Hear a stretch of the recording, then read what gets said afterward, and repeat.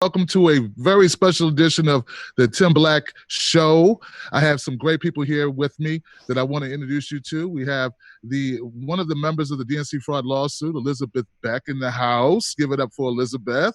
I'm actually in my house. Yay! We also have Zoe the Politicon, Holly Seeliger in the house. Commentator.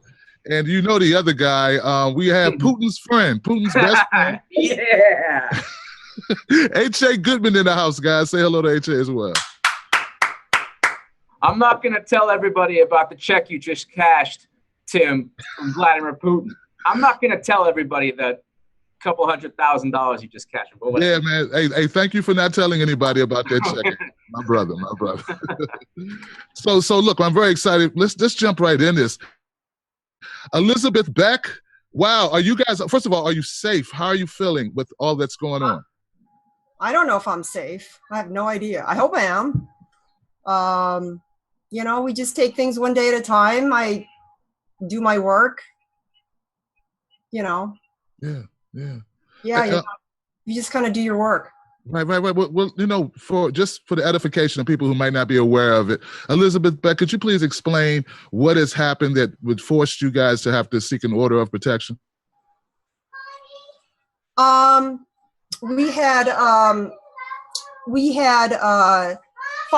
Excuse me. I beg your pardon. She's a good mom. That's what you got to do if you're a mom. Oh yeah, you got to do that. And maybe wanted to break it down a little bit better. You know, kids have their way of telling you what's going on too. Isn't that right, H.A.? And that, you know what, it's true. And that kind of shows exactly what they're risking because they have a family. They got, you know, and you see what Jared and Elizabeth are risking right there.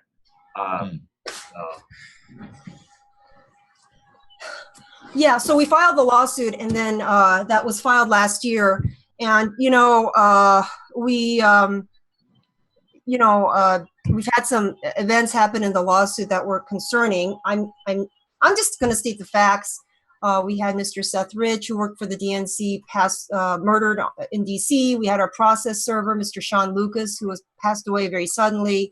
And then very recently, we had some more events. We filed it in court. One of our employees got a visit to her mother's home. Somebody was specifically asking for her, handing out Democratic Party campaign literature, but there's not a campaign going on right now. It's not an election year. And she's not even a Democrat. And one of the named plaintiffs contacted us because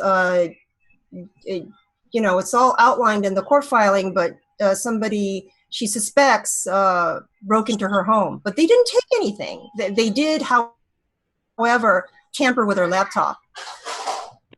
So in light of the fact that, in light of those events, we felt that it was incumbent on us to no longer keep it to ourselves and bring it to the court's attention. Mm-hmm. Of course, you know, our co-counsel, Mr. Cullen O'Brien, had been getting, all this time he's been getting emails and harassing phone calls. Okay.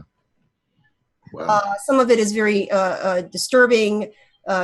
He has been contacted by anonymous people who are mentioning Mr. Bheranton Whisenant to him. Mr. Bheranton Whisenant is a local attorney who was found with dead, blunt force trauma to the head, you know, in the beach in Hollywood Beach, which is in the same county as the court, in the courthouse where the DNC fraud lawsuit is pending, and also where Mr. Cullen O'Brien lives in the same county. So we decided to bring it to the court's attention.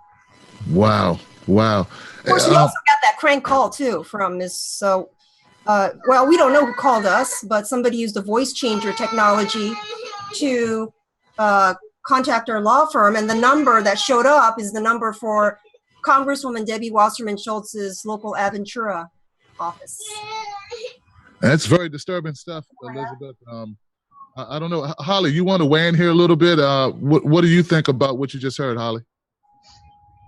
So I want to say thanks to Elizabeth and her husband for actually speaking to some independent media, because I've been trying to follow this case and it's really hard to find any information about it. We get little sprinkles about some of these strange things that have been going on, like what she's brought up, but none of it's being brought together in the way that she just described. So the more that she and Jared speak about it to people like us, we can let other people know. Absolutely, absolutely, Holly. And by the way, Holly, it's a pleasure meeting you, sister. I know it's the first time we've been on a stream together. I haven't had you on the show yet, but I really admire your work. And Holly's awesome. You're awesome. What about you, HA? What are your thoughts about what Elizabeth just described, bro? Well, first of all, I agree with you. Holly is awesome. She does great work. And, I think that Jared and Elizabeth Beck are truly, truly risking their lives. And they're truly making a big impact, because everybody wants to immediately pivot right after Clinton lost, pivot to, okay, let's circle the wagons. We hate Trump. Let's forget about what took place. Let's forget about the DNC cheating Bernie Sanders and the hundreds of millions of dollars they deliberately, intentionally stole. Debbie Wasserman Schultz said it was neutral and they were impartial for a reason. Had she told the truth, had she simply said, yeah, by the way, we can already pick who we want as nominee, and we're actually doing everything possible to get Clinton elected, Bernie doesn't stand a chance. The way I see it is that, and I think that Jared and Elizabeth also agree, had she told the truth, not only would people refuse to donate to Bernie, but they would refuse to donate to Clinton.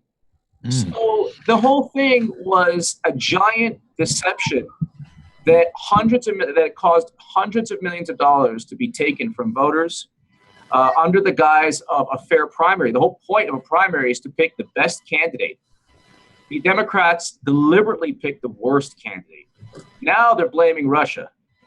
So I just think that what Elizabeth and Jared are doing is really amazing. And they should be getting more support, but they're getting support from you, Tim, and from Holly, and from me, and from Jamal, and a whole bunch of other people, Iban, and Nico, obviously. But I just think that progressives, quote unquote, are showing their true colors. If you're not standing by Jared and Elizabeth, then you're standing with the corruption. So absolutely. I don't want to like hold down the discussion.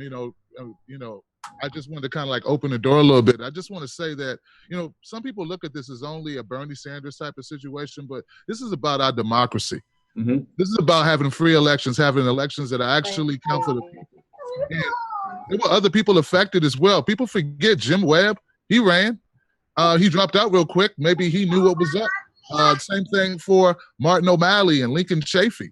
And what about all the other people who may have entered the race, but they knew the writing on the wall? They knew what we now know, that that there was no way they could really contend in a fair election in a primary in the Democratic Party when they've already chosen a nominee. So just briefly back to all that the Becks are going through. I mean, we cherish what you guys are doing. You have our full 100% support, and we got your back, and we want to make sure we keep light on you, because the Washington Post says that democracy dies in the dark, but so do people. Mm-hmm. And Washington Post dies. I wish, yeah. Worthless rag. I can't stand them. That rag needs to die a death like, what's a newspaper that died in the 1800s? I don't even know.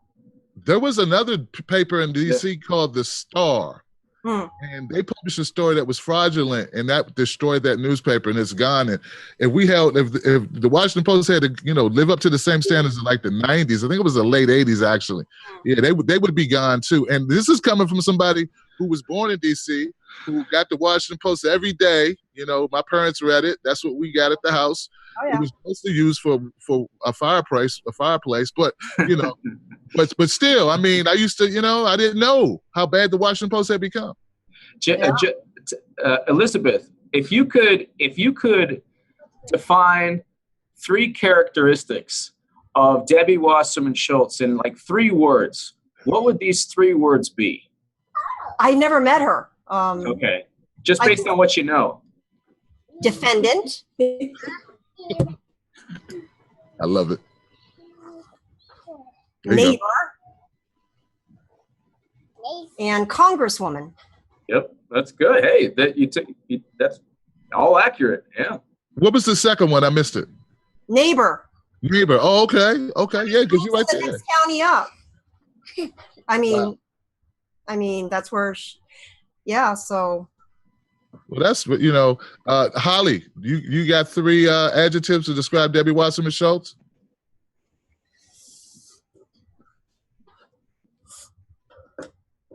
Holly. She's from those like Holly. And by the way, you can use profanity, so it's fine. I'm kind of, I know. I'm at a loss for words. Well, okay. Former DNC chair. That's not one word, but liar. Yeah. And obstructionist. It's true. All 3 are accurate. Accurate 3. Yeah, I was going to say liar. You already took it, so I'll say embarrassment. Corruption. Corrupt. And 3rd, I would say old school politics, man. Like I've talked to some folks from Florida. I recently had on Elijah Manley and Jeff Campbell, and they described to me in great detail how things go down when you go to a Debbie Wasserman event. How it's not just the Republican rallies, with the Republican town halls where they shush people, and move the people from the left out of the building. They do it at Democratic rallies too. They do it at town hall events for Debbie Wasserman Schultz and Nancy Pelosi recently. They pretty much threw out Elijah Manley and then stalked him for a couple miles. So yeah, it's horrible stuff what's going on in this party right now. Each time Congresswoman Schultz has an event down in South Florida, I believe there's a local group of activists that bring out this enormous banner. You may have seen it on social media. It's like really long and it has her face on it. And I don't remember what it says, but I think it might say something like she's a crook. I can't remember. But like it comes out, it's so much use because people are just so upset and they don't know what else to do except show up with this enormous, 20-foot banner, Yeah, I've seen it. Yeah. But Tim, I wanted to address, your comment about media. And this isn't just about Bernie Sanders supporters. First of all, there are non-Democrats in the class. If you look at the Facebook page that I run for just to put out your articles, all your articles, I share them on the page. There are Republicans who donated to Bernie. There are independents who donate to Bernie. So they are definitely part of the class. So I don't consider this to be a Democratic issue. And I've been, talking with folks who are not even in the class. And they are very interested because they don't see this as a Democratic issue at all. They're libertarian. Okay. And they're saying, oh, we get shafted too. Right.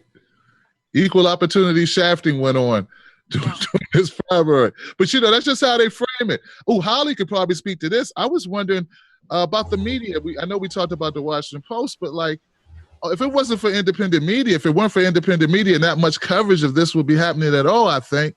And I think that's horrible that we can't get, mainstream corporate media to even not only do they not discuss it, Elizabeth, and Holly and HA, but they chastise people who talk about it. You know how they say if a tree falls in the forest, but nobody is there to hear it, did it really make a noise? Mm-hmm. I swear, if there isn't media to report on a lawsuit, did it even get filed? Nobody's saying, Exactly. Exactly. Holly, what do you think about the media's reaction? I know you're dealing with some media stuff, like some smearing going on of your name right now. How are things going with that?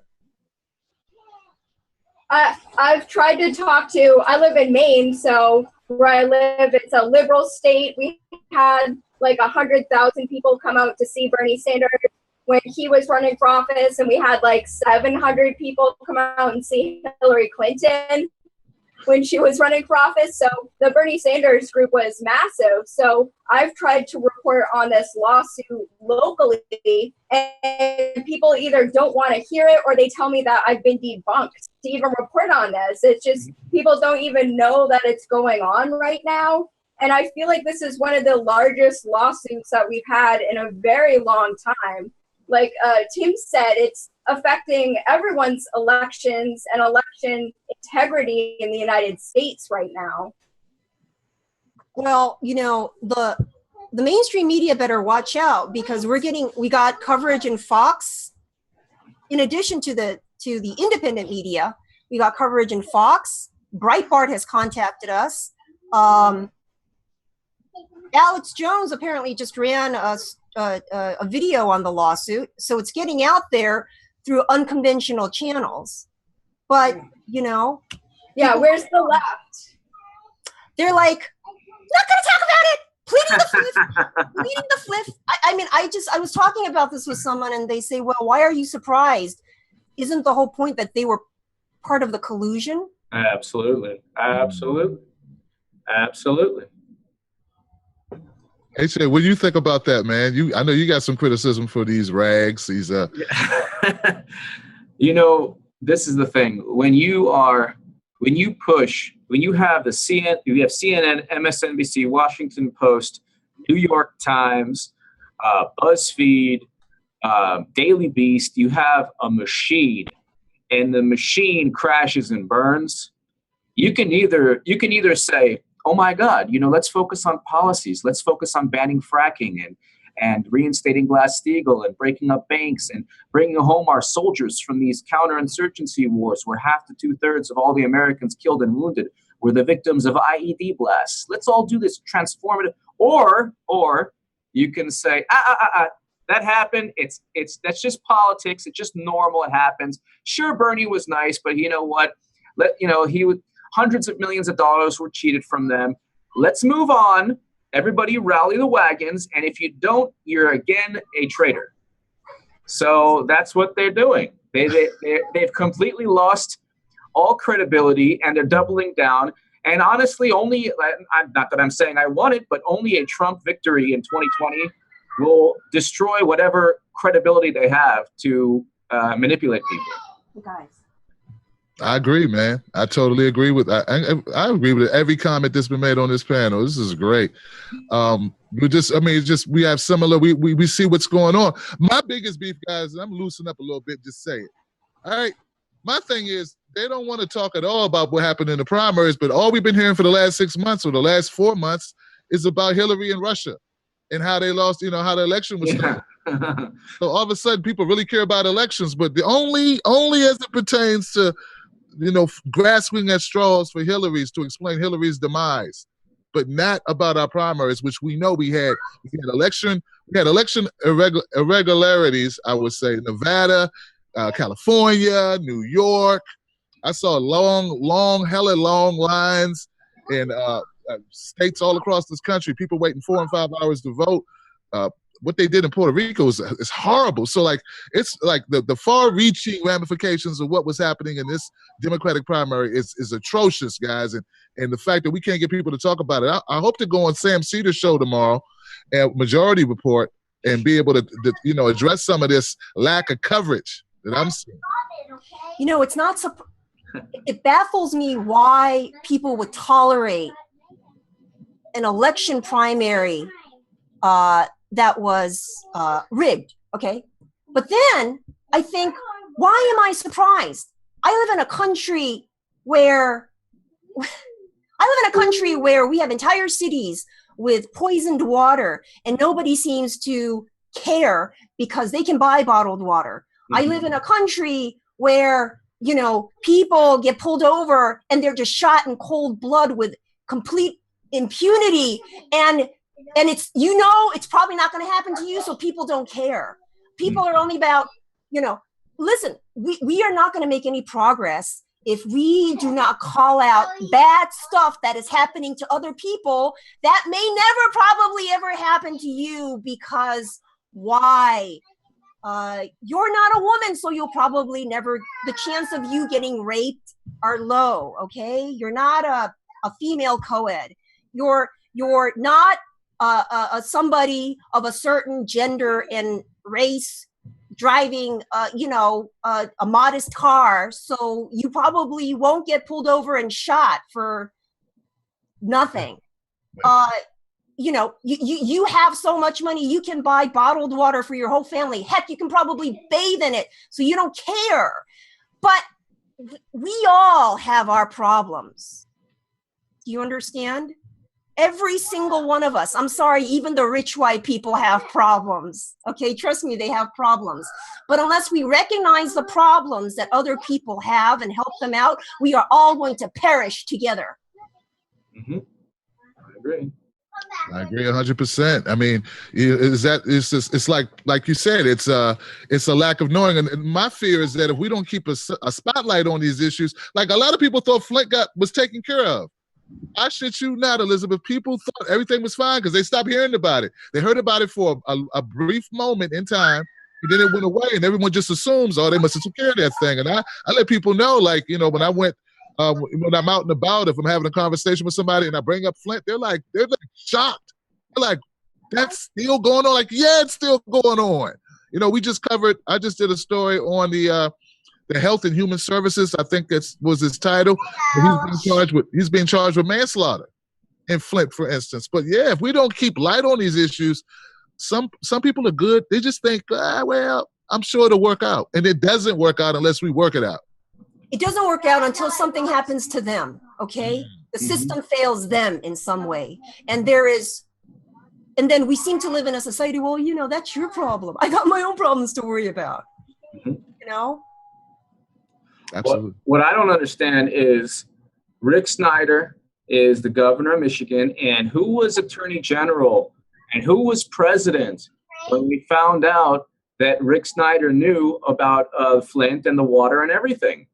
Well, it was a Democratic administration and Attorney General Loretta Lynch. And what did they do? Did the federal government go after Snyder, or did the federal government press charges or want to prosecute or want to fix the situation? No. That's my thing of a Democratic administration. It started, same with the Standing Rock and the water protectors getting abused and with water hoses and rubber bullets and all of these, barbaric tactics. If it happens under President Obama, and you have an Attorney General, Loretta Lynch, it's like suddenly Slate doesn't talk about it. Or, but if it's Trump, if it happens under Trump, then it's white nationalist, racist, all of these things.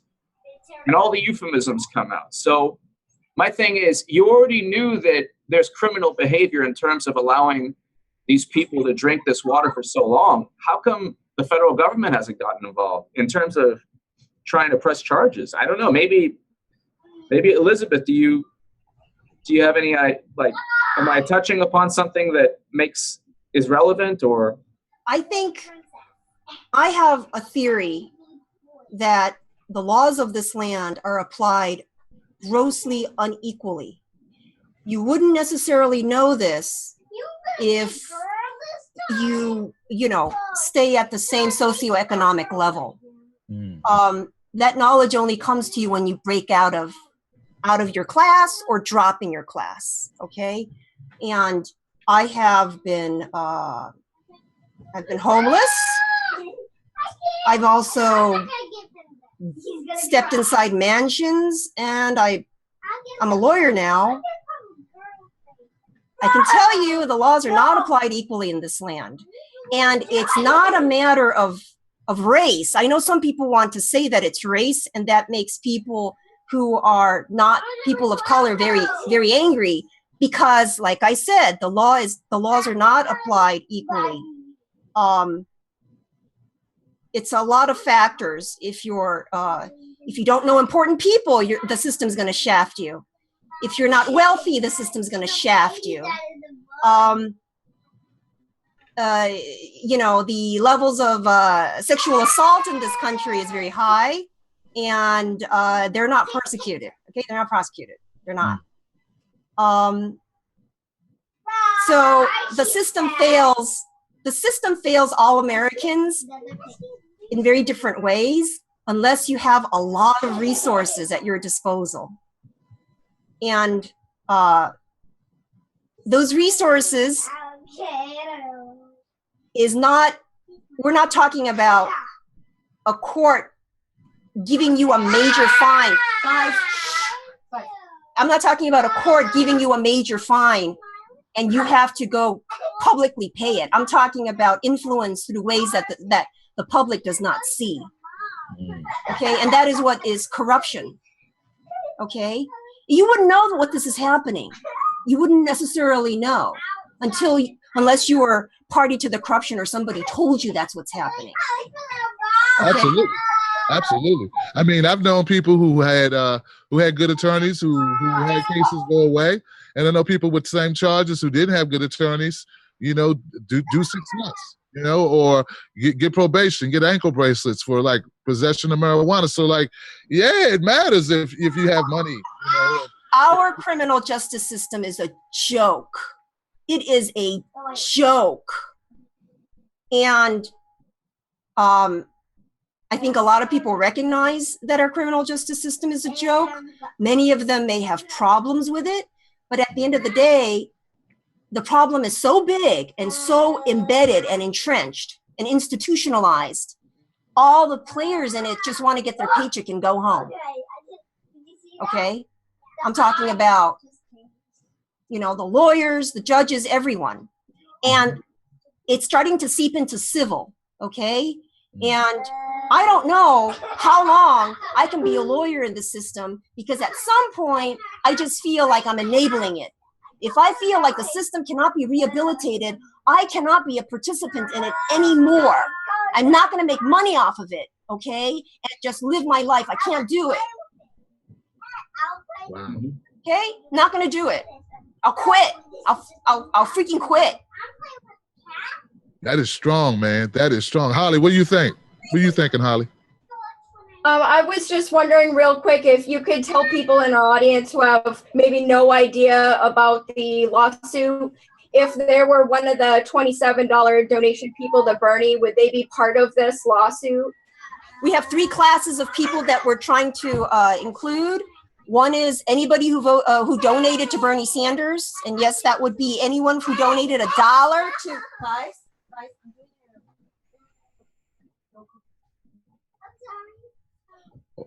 anybody who donated $1 up to the maximum of $2,700 would be included. The second group are folks who donated directly to the DNC, and the third group are registered Democrats. So whether 1, 2, 3, all of them or none of them gets included in the lawsuit is up to the court.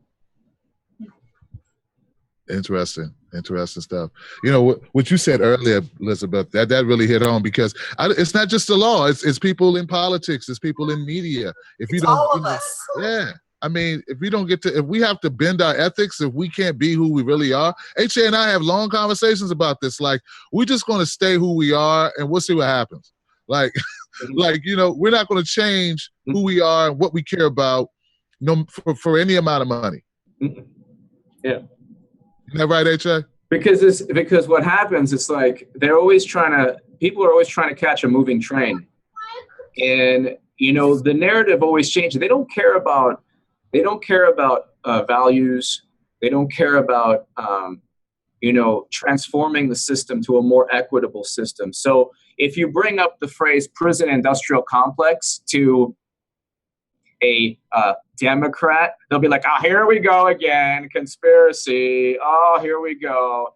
And it's no, there's a reason that there's so many incarcerated people, more so than even China. There's a reason that there's Black citizens have to face a different criminal justice system than every other citizen.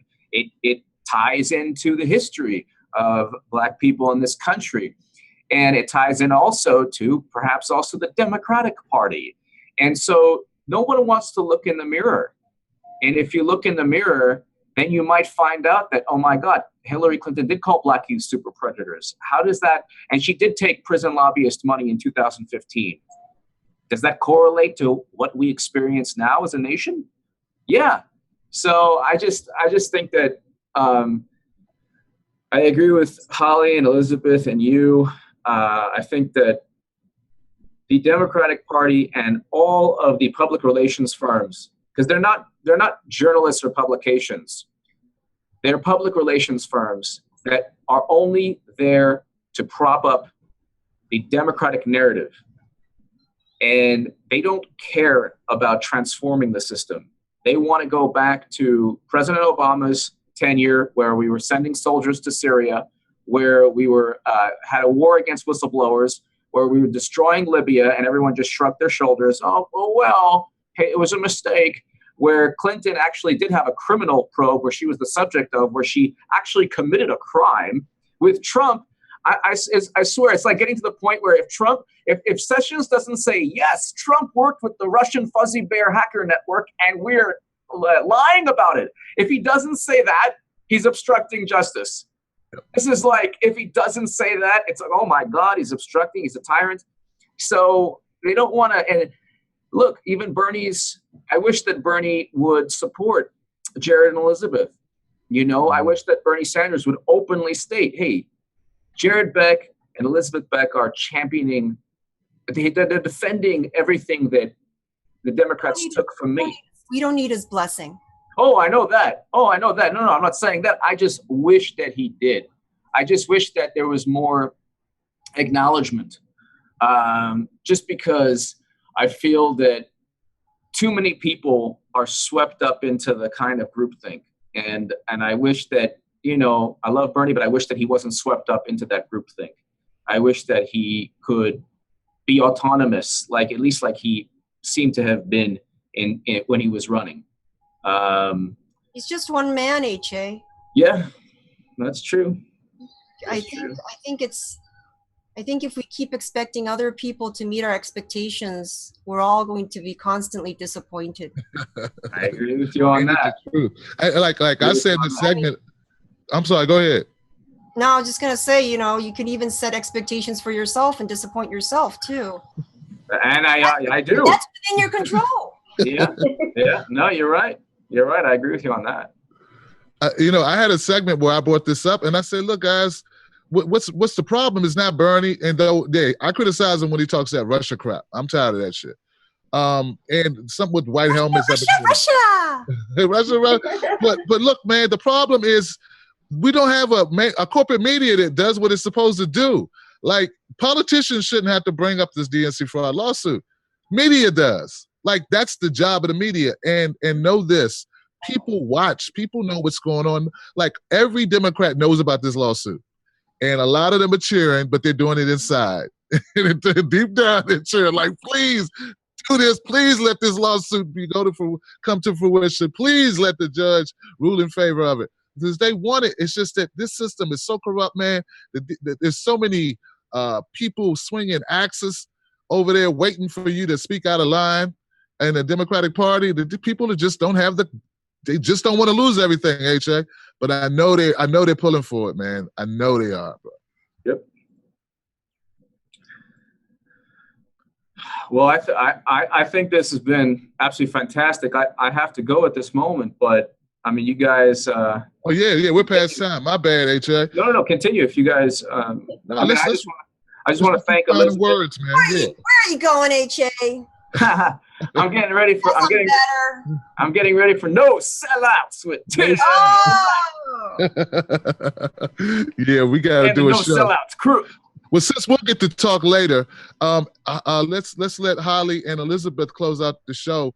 Holly, do you have any final words or anything you'd like to say?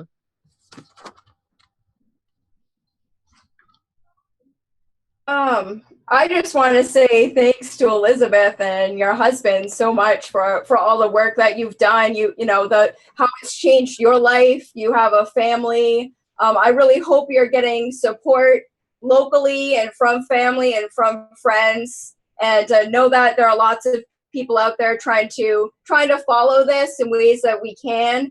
And I think Tim's totally right about there's so many people, so many Berniecrats who want to support. It's just they don't even know what is going on, or they do, and they're too afraid to even say anything. So I just want to say thank you for your bravery and for changing your whole life, really. I'm sure it's uprooted your entire life to be able to do this right now. And I'm just wondering if there's still any chance that the judge could throw this out. Yes. Or if you think it will go to fact-finding. Oh, I don't know. I've stopped predicting courts. Yeah. If you would like to see the court file documents in this case, you can go to www.jampack.us/DNC lawsuit, okay? That has all the court file documents in this case. I've uploaded them, except for the document that was filed under seal, which I need to do. And I also run the Facebook page at DNC fraud lawsuit. That's at Facebook. The comments are getting really squirrely ever since I shared Alex Jones's InfoWars coverage. Yeah, the comments just kind of exploded. But then I put up, I think I put up pictures of like pandas, and people calm down. So check out. Oh man, I run that page. I read all the comments. I read all the private messages. Eventually I get to them. So I apologize if I have not responded to you. There's just a lot of them. So check it out, and you can follow the case that way. If you want commentary, you're going to have to look to these good folks, Tim Black, HA, everybody here. You're going to have to look to them to get your commentary, because I'm not a news station. I don't provide commentary. There you go. Well, look, ladies and gentlemen, thank you so much for tuning into this show.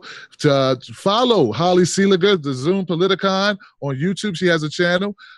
Follow Elizabeth Beck, the Cranky Lawyer. I love that. I love the title. And Jared Beck as well. And my friend Nico House. Nico House. I'm sorry. I'm going to call you back, Nico. And always follow H.A. Goodman at H.A. Goodman Author, and also counterpropa.com. All right, guys. Thank you once again, and we'll see you on the next one. Thanks, Elizabeth. Bye. Thanks, Holly. Thanks, Tim. Bye, Holly. Bye, everyone. Thank you.